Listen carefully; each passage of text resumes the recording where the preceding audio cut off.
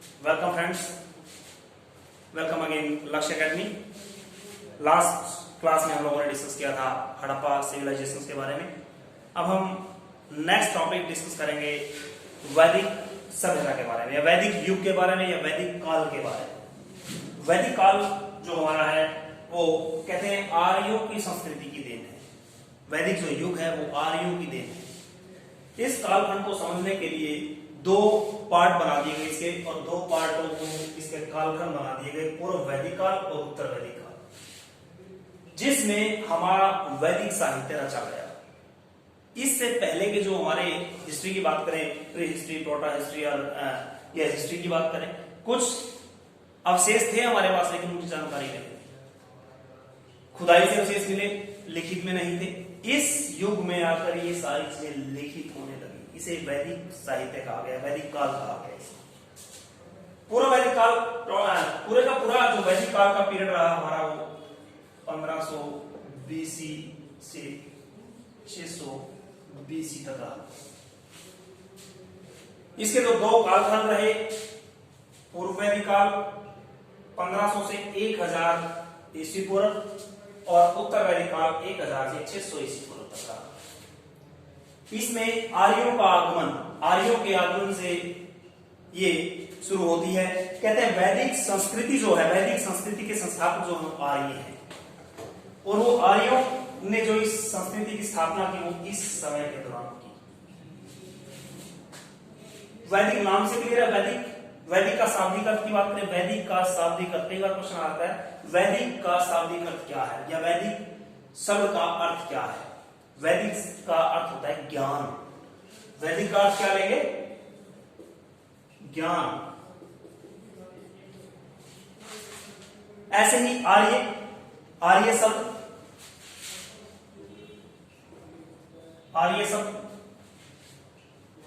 आर्यों के आगमन की बात कर रहे हैं, आर्य शब्द की बात कर रहे हैं। आर्य शब्द का अर्थ होता है श्रेष्ठ। वो श्रेष्ठ किस हिसाब से श्रेष्ठ?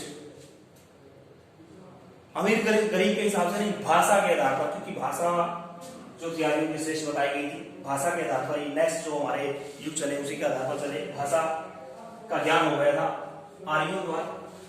आर्यों की संस्कृति वैदिक संस्कृति कहलाई।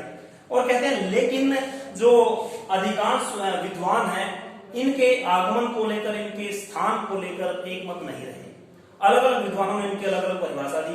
कुछ विद्वान मानते हैं कि ये यूरोप के कैस्पियन सागर से होते हुए एशिया आकर बसे, या भारत में आकर बसे। अलग अलग विद्वानों के अलग अलग विचार हैं। जैसे मूल निवास स्थान के बारे में बात करें,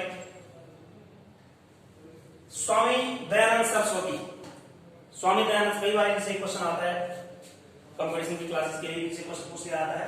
स्वामी दयानंद सरस्वती कहते हैं कि तिब्बत के निवासी थे, मूल निवासी, और तिब्बत से आकर भारत की तरफ बसे। बाल गंगाधर तिलक मानते हैं उत्तरी ध्रुव या आर्कटिक के निवासी थे, वहां से खैबर दर्रे से होते हुए हमारे भारत में आकर बसे।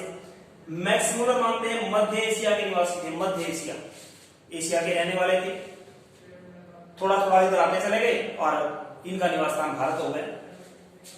डॉक्टर संपूर्णानंद इनको यूरेशिया के निवासी बताते हैं। यूरेशिया एक ऐसा स्थान जहां यूरोप और एशिया आपस में मिलते हैं या अलग होते हैं।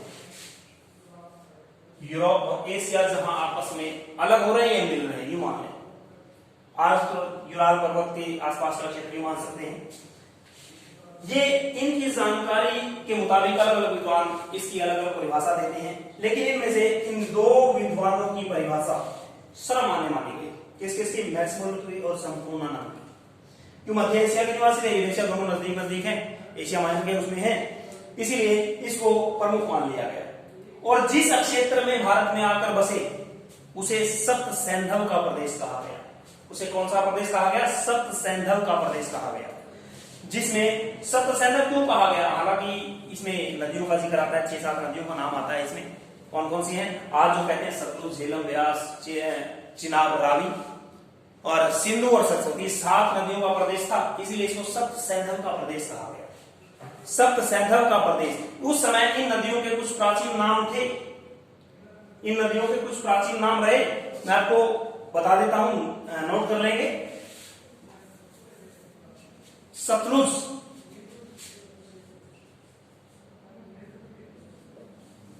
सतलुज का प्राचीन नाम था सतुद्री,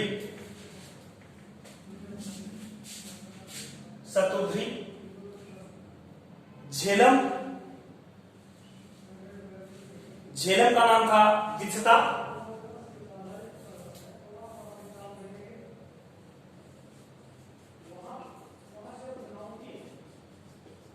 वित्सता। चिनाब का नाम था अस्किनी, झेलम का नाम था वित्सता,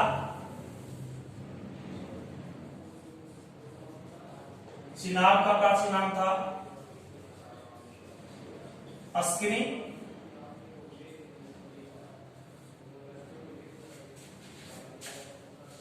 व्यास विपाशा,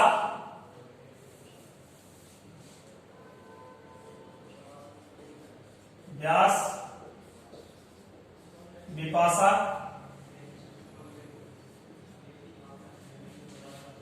और रावी,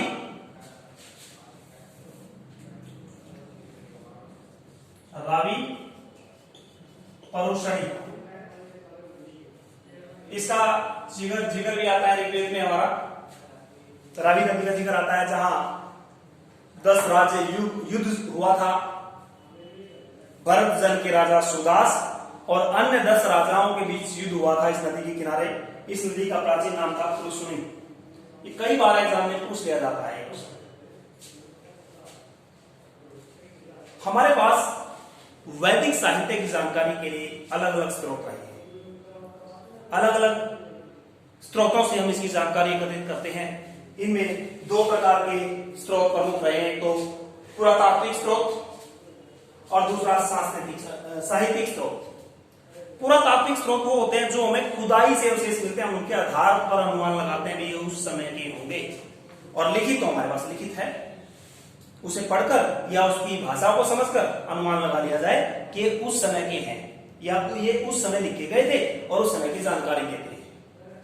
पुरातात्विक स्रोतों में सबसे पहले हमारे पास आता है बोगज़कोई का अभिलेख, जो 1400 ईस्वी पूर्व लगभग लिखा गया था एशिया माइनस एशिया के क्षेत्र में। उसमें 3-4 देवताओं का जिक्र किया गया है। 3-4 देवताओं का उसमें जिक्र किया गया है।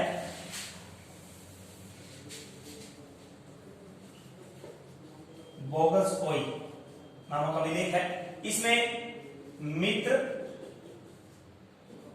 वरुण, इंद्र और नस्त्य, ये 4 देवताओं का जिक्र है जो हमारे ऋग्वैदिक काल में मिलते हैं। इसलिए अनुमान लगाया गया कि ये हमारे इस काल के रहे होंगे और ये आर्य इस सभ्यता से बिलोंग करते हैं। फिर हमारे पास कुछ मिट्टी के बर्तनों की बात कर लें जो हमें खुदाई से मिलते हैं, जैसे गौरिक मृगभांड और चित्रधूसर मृगभांड, जिन्हें हम लोग रिप्रेजेंट करते हैं PCW से कर सकते हैं और OCP से रिप्रेजेंट कर सकते हैं।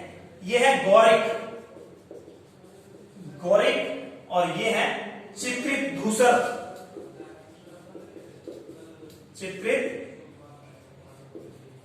धूसर मृगभांड। इनमें से क्वेश्चन कई बार पूछा गया है। इनमें से ये भी हमारे इसी काल के, ये हमारे पुरातात्विक स्रोत हैं, यानी कि जो हमें खुदाई से मिलते हैं। और अब साहित्यिक स्रोतों की बात करें, इस समय का साहित्य ही हमारे साहित्य का या हमारी जानकारी का प्रमुख स्रोत है। इसमें बहुत सारा साहित्य रचा गया जिसमें हम लोग बात कर सकते हैं हमारे वेदों की। 4 वेद हैं हमारे, 4 के 4 वेद इन वैदिक काल के दौरान रचे गए, वैदिक पीरियड के दौरान रचे गए। एक जो सबसे बड़ा वेद है हमारा ऋग्वेद, वो पूर्व वैदिक काल में रचा गया, और बाकी जो 3 वेद रहे वो हमारे उत्तर वैदिक काल में रचे गए। उसके बाद हमारे और वेद हैं, उपनिषद हैं, वेदांग हैं, छंद हैं या हमारे पुराण हैं। ये बहुत सारा साहित्य है जो हमें इस समय की जानकारी दे सकता है। लेकिन उससे पहले हम लोग एक एक काल के बारे में करेंगे, एक पीरियड के बारे में करेंगे। इसका पहला पीरियड आज हम डिस्कस करेंगे, पूर्व वैदिक काल 1500 BC टू 1000 BC। इसमें समाज कैसा था, आर्थिक स्थिति कैसी थी, और राजनीतिक स्थिति कैसी थी। समाज की बात करते हैं। समाज का जो प्रमुख आधार था या समाज की जो संरचना थी वो ऋग्वैदिक समाज की संरचना परिवार पर आधारित थी। वही इस समाज का संपूर्ण आधार किसका क्या था? परिवार था। और परिवार के मुखिया के लिए सब प्रयोग किया गया था कुल। ये क्वेश्चन वेरी इंपॉर्टेंट है, क्वेश्चन कंपटीशन के लिए बहुत महत्वपूर्ण क्वेश्चन रहता है। कुल परिवार के मुखिया को ऋग्वैदिक काल में, ध्यान रखना ऋग्वैदिक काल में बात कौन सी कर रहे हैं? पूर्व वैदिक काल, यानी इसको ऋग्वैदिक काल में कहते हैं क्योंकि इसमें ऋग्वेद रचा गया है। पूर्व वैदिक काल को ऋग्वैदिक काल भी कहा जाता है। क्यों? क्योंकि इसमें ऋग्वेद रचा गया था, लिखा गया था। उसके बाद इस समय के जो परिवार थे वो पितृ प्रधान परिवार थे। जैसे हमने हड़प्पा सभ्यता में पढ़ा था कि मात्र शतात्मक परिवार थे, कि माता की सत्ता थी, क्योंकि उसमें खुदाई से हमें बहुत सारी स्त्रियों की मूर्तियां मिली थी। लेकिन यहां पितृ शतात्मक परिवार होने के संकेत हमें मिलते हैं। हालांकि महिलाओं को दबाया नहीं गया था, महिलाओं को भी समान अधिकार थे, महिलाओं को भी विशेष छूट थी। कुछ महिलाएं इस समय की बहुत प्रसिद्ध रही, विद्वान रही, विदुषी बनी। कौन कौन सी? अपाला, घोषा, सीता, विश्वारा, लोपामुद्रा। ये उन महान स्त्रियों के नाम हैं जो इस काल की प्रसिद्ध स्त्रियां रही। क्योंकि इस काल में आगे जब हम पढ़ेंगे राजनीतिक जीवन इनका, तो उसमें देखेंगे कि सभा और स्थितियों में भी स्त्रियों को शामिल होने की छूट थी। इसका मतलब क्या? स्त्रियों को पुरुषों के समान समझा गया। और उसी क्षेत्र में जो समाज था, जैसे हमने हड़प्पा सभ्यता में पढ़ा था कि समाज 4 वर्गों में बटा हुआ था। इसमें 3 वर्ग थे, चौथा वर्ग इसमें शामिल हुआ क्योंकि ऋग्वेद जब रचा गया, ऋग्वेद के 10 मंडल हैं, आगे करेंगे उसके साहित्य में। ऋग्वेद के 10 मंडल हैं, पहला और 10वां उसका बाद में रचा गया था। पहले बीच के 2 से 9 तक रचे गए थे। जो वर्ण व्यवस्था थी वो 10वें मंडल में शामिल की गई थी। 10वें मंडल में चौथा वर्ण शामिल कर लिया गया था। इसमें 3 वर्ण थे। 3 वर्ण कौन कौन थे? ब्राह्मण, क्षत्रिय और वैश्य। 3 ही वर्ण रहे, श्रमिक कह सकते हैं इसको। फिर इसमें गाय जो थी पशुओं में बड़ी पूजनीय थी।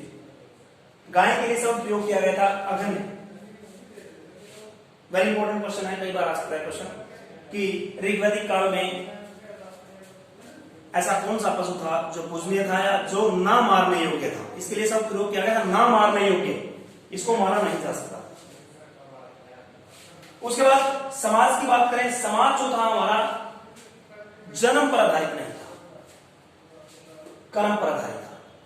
जो जैसा काम करता था उसे वैसे ही समाज में शामिल कर लिया जाता था। कोई कुम्हार का काम कर रहा है, अगर उसका पुत्र भी कुम्हार का काम करेगा तो वो कुम्हार वर्ण में शामिल हो जाएगा, ये मान सकते हैं। लेकिन योग्यता के आधार पर नहीं था, ये मान सकते जन्म के आधार पर, कर्म के आधार पर था। समाज में एक ब्राह्मणों की ज्यादा पूछताछ थी। ब्राह्मणों के अनुसार कहा गया था कि समाज में जन्म से लेकर मृत्यु तक मनुष्य को 40 संस्कार संपूर्ण करने होंगे अगर उसको जीवन मरण के चक्कर से छुटकारा पाना है तो। लेकिन 40 संस्कार एक निम्न व्यक्ति के लिए पूरे करना बड़ा मुश्किल था, नामुमकिन था। लेकिन उनमें 16 प्रमुख रहे। 16 प्रमुख गर्भधान से लेकर, गर्भधान करने से लेकर उसकी अंत्येष्टि तक 16 संस्कार थे जिनका जिक्र किया जाता है। वो भी संपूर्ण करना मुश्किल हो जाते थे। उसके बाद परिधानों की बात करें, कपड़े पहनने की बात करें, किस प्रकार के परिधान जो थे, 3 प्रकार से परिधान, जैसे हड़प्पा सभ्यता में बात की थी कि नीचे धोती डाल लेते थे और ऊपर एक चद्दर लपेट लेते थे। ऐसे ही कुछ इसमें भी 3 प्रकार के परिधान इसमें बात की गई, वास, अधिवास और कुशनी। वास, अधिवास और कुशनी, नीचे डालने वाला, ऊपर डालने वाला, ऊपर सर पे मंडासा जैसा कुछ करने वाला। ये इस समय का सामाजिक जीवन रहा। जब इस समय का सामाजिक जीवन हमारे सामने होगा और इस समय के समाज में सबसे बड़ी बात करें, सोम देवता, सोम वनस्पतियों का देवता माना गया, उसकी बड़ी पूछताछ थी। बहुत महत्वपूर्ण देवता माना गया उसे। तांबे को बहुमूल्य धातु मान लिया गया था। स्त्रियां जो आभूषण डालती थी या पुरुष जो आभूषण डालते थे, सोने चांदी या तांबे के बने होते थे वो उससे। क्योंकि लोहे के ज्ञान के बारे में बात करेंगे ना, हड़प्पा सभ्यता में लोहे के बारे में नहीं जानते थे लोग। इस काल में, वैदिक काल में लोहे की जानकारी होना शुरू हो गई थी। लेकिन ऋग्वैदिक काल की बजाय उत्तर वैदिक काल में लोहे का संपूर्ण ज्ञान शुरू हो गया था, उसके औजार प्रयोग करने शुरू कर दिए गए। अब हम बात करते हैं इसका आर्थिक जीवन।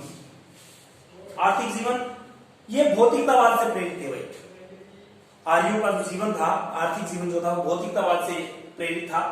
अर्थव्यवस्था, उनकी जो अर्थव्यवस्था थी वो मोस्टली कृषि पर डिपेंड ना होकर पशुओं पर डिपेंड। जैसे हड़प्पा सभ्यता में हमने बात की थी क्या, कि हड़प्पा सभ्यता कृषि पर डिपेंड व्यवस्था है, कृषि प्रमुख व्यवसाय था उनका, लेकिन यहाँ पशुओं की बात की गई, पशु प्रमुख थे वही। पशुओं के बारे में जब जानकारी दी गई, पशु भेड़ बकरी गाय बैल, जो उसके वही हेल्पफुल, जो उसकी रखवाली भी करें, उसके लिए दूध ऊन मांस इत्यादि का प्रबंध कर सके, पशुओं का आर्थिक महत्व था। कहते हैं अगर इस समय में किसी व्यक्ति की संपत्ति की गणना करनी होती थी ना, कि वो कितना अमीर व्यक्ति है, तो उसके मवेशियों से की जाती, उसके पशुओं से की जाती, उसकी गाय और मवेशियों से, उसकी गायें और मवेशियों से उसकी गणना की जाती है। इस व्यक्ति के पास इतनी गायें और इतने पशु हैं तो ये इतना अमीर व्यक्ति है। तो इसका मतलब पशुपालन इस सभ्यता का सबसे महत्वपूर्ण हिस्सा था। इसमें व्यवसायी, इसमें जो लोग व्यवसाय करते थे ना, व्यवसायों के नाम रख दिए गए। जिस प्रकार का जो व्यवसाय करते थे उसके नाम से पुकारा गया। जैसे बढ़ई का काम जो करते थे, आज जिसे हम बढ़ई कहते हैं, उस समय से तक्षा कहा गया है।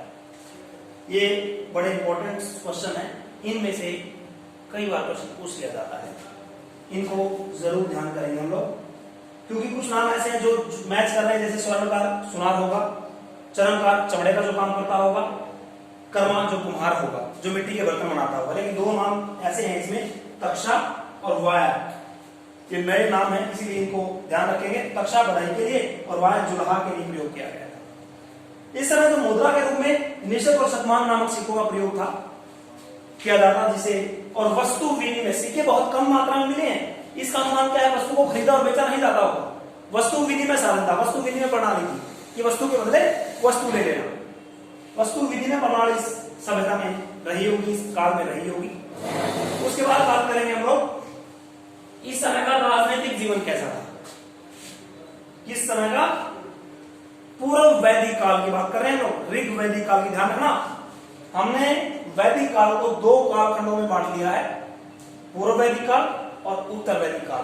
पूर्व वैदिक काल को हम लोग ऋग वैदिक काल भी कह सकते हैं, या आर्य काल भी कह सकते हैं। आर्य काल तो हम इस सारे के लिए प्रयोग कर सकते हैं मोस्टली, लेकिन यहां हम इसको ऋग वैदिक काल कह सकते हैं। राजनीतिक लाइफ का बात करते हैं, इनका राजनीतिक जीवन कैसा रहा होगा इनका। छोटी, जो सबसे छोटी इकाई थी वो परिवार था। समाज की जो संपूर्ण छोटी इकाई होती थी वो क्या था, परिवार होता था। और परिवार का जो मुखिया, हम पहले कर चुके हैं, परिवार का जो मुखिया था कुल होता था। कहते हैं परिवार से काम थोड़ी चलता था। ये जो सभ्यता थी, ये जो काल था, ये कबीलों पर आधारित था, कबीलाई परिवार था, कबीलाई समाज था, कबीलों में रहने वाला था। जन में आगे जाकर जब हम पढ़ेंगे ना महाजनपदों के बारे में, जन से महाजनपद बने थे। यहां वही बात शुरू करते हैं, यहां से शुरुआत होती है उनकी। परिवार जहां कुछ परिवार मिलकर रहने लगे उसे गांव कहा जाने लगा। जहां गांव के मुखिया के लिए ग्रामीण शब्द प्रयोग किया गया। जहां कुछ गांव मिल गए उसे विश कह दिया गया, और विश के मुखिया के लिए शब्द प्रयोग किया गया विशपति। विशपति, कुछ विश मिलकर जन को बनाने लगे, और जन के मुखिया के लिए जनपति या राजा शब्द प्रयोग किया गया। फिर जन से आगे जाकर जब महाजनपद बनी, राजा जो होते थे इसमें पैतृक नहीं थे। सबसे बड़ी अच्छी जो बात लगी हमें इसकी, कि राजा जो थे पैतृक नहीं थे, क्योंकि महाजनपद आने के बाद राजा पैतृक होना शुरू हो गए। क्योंकि जिसका पिता राजा है तो उसका पुत्र भी राजा बनेगा, चाहे वो अयोग्य हो। लेकिन इसमें ऐसा नहीं था, जो योग्य होगा उसे ही राजा घोषित किया जाए, क्योंकि यह समाज कबीलाई समाज था। राजा पैतृक नहीं था। सभा और समितियां इस राजा का चुनाव करती थी। कबीले की जो सभा समितियां होती थी वो इसका चुनाव करती थी। इसमें सभा समितियां कई प्रकार की थी। एक सभा की समिति थी विदत, स्पश और बलि। इनमें से कई बार प्रश्न पूछ लिया जाता है। विदत ऋग वैदिक काल की किस से संबंधित संस्था थी, या इस काल की सबसे प्राचीन संस्था कौन सी थी, विदत। इसीलिए प्रमुख वरना इसका कोई वो नहीं है, ये सबसे प्राचीन संस्था है। सभा के बारे में बात करें, विशेष जनों की सभा होती है। विशेष जन, कबीले के विशेष महत्वपूर्ण लोगों को इकट्ठा किया जाता था, और उसमें कबीले के बुजुर्ग लोग, कबीले के बड़े लोग शामिल होते थे, जो कबीले के लिए निर्णय ले सके। भाई कबीले के लिए क्या अच्छा रहेगा। फिर समिति में फिर आमजन इकट्ठा होते थे, आमजनों की क्या राय होगी। और फिर विदत सबसे प्राचीन संस्था थी, सबसे प्राचीन संस्था थी। फिर आता है स्पष्ट, गुप्तचर लोग थे, उस कबीले के गुप्तचर, जैसे गुप्तचर विभाग होता है ऐसे एक विभाग का गुप्तचर, जो सभा और समितियों के अध्यक्षों व सदस्यों को आम जनता की गतिविधियों की जानकारी दिया करते थे। ये थे स्पष्ट। फिर आता है बलि, एक ऐसा उपहार था जो स्वेच्छा से जनों द्वारा कबीलों के मुखिया को दिया जाता है। बलि नाम से ऐसा लगता है कि किसी पशु की या उसकी बलि दी जाती होगी, लेकिन ये स्वेच्छा से दिया जाने वाला उपहार था जो कबीले का प्रत्येक व्यक्ति कबीले के मुखिया को, कबीले के सभा को या कबीले के सरदार को दिया करते थे, उसे बलि कहा गया था। ये था वैदिक काल का पहला पीरियड, हमारा पूर्व वैदिक काल, जिसमें ऋग्वेद रचा गया। हालांकि हम लोग इसमें ऋग्वेद की चर्चा कर सकते हैं, लेकिन हम चाहते हैं कि वैदिक काल का साहित्य एक टॉपिक अलग ले लिया जाए और उसी के आधार पर उस टॉपिक को कंप्लीट कर दिया जाए, चाहे वो पूर्व वैदिक काल में रचा गया और चाहे वो उत्तर वैदिक काल में रचा गया, सारा साहित्य एक जगह इकट्ठा कर दिया जाए। क्योंकि आपको जब कंपटीशन की कोई तैयारी करनी हो तो इन क्लास को देखकर आप उन प्रश्नों को याद कर सके या उन प्रश्नों को चेक कर सके। ये हैं इस समय के कुछ इंपॉर्टेंट टॉपिक्स जो आपके लिए महत्वपूर्ण रहेंगे। Thank you and meet you next again. Okay.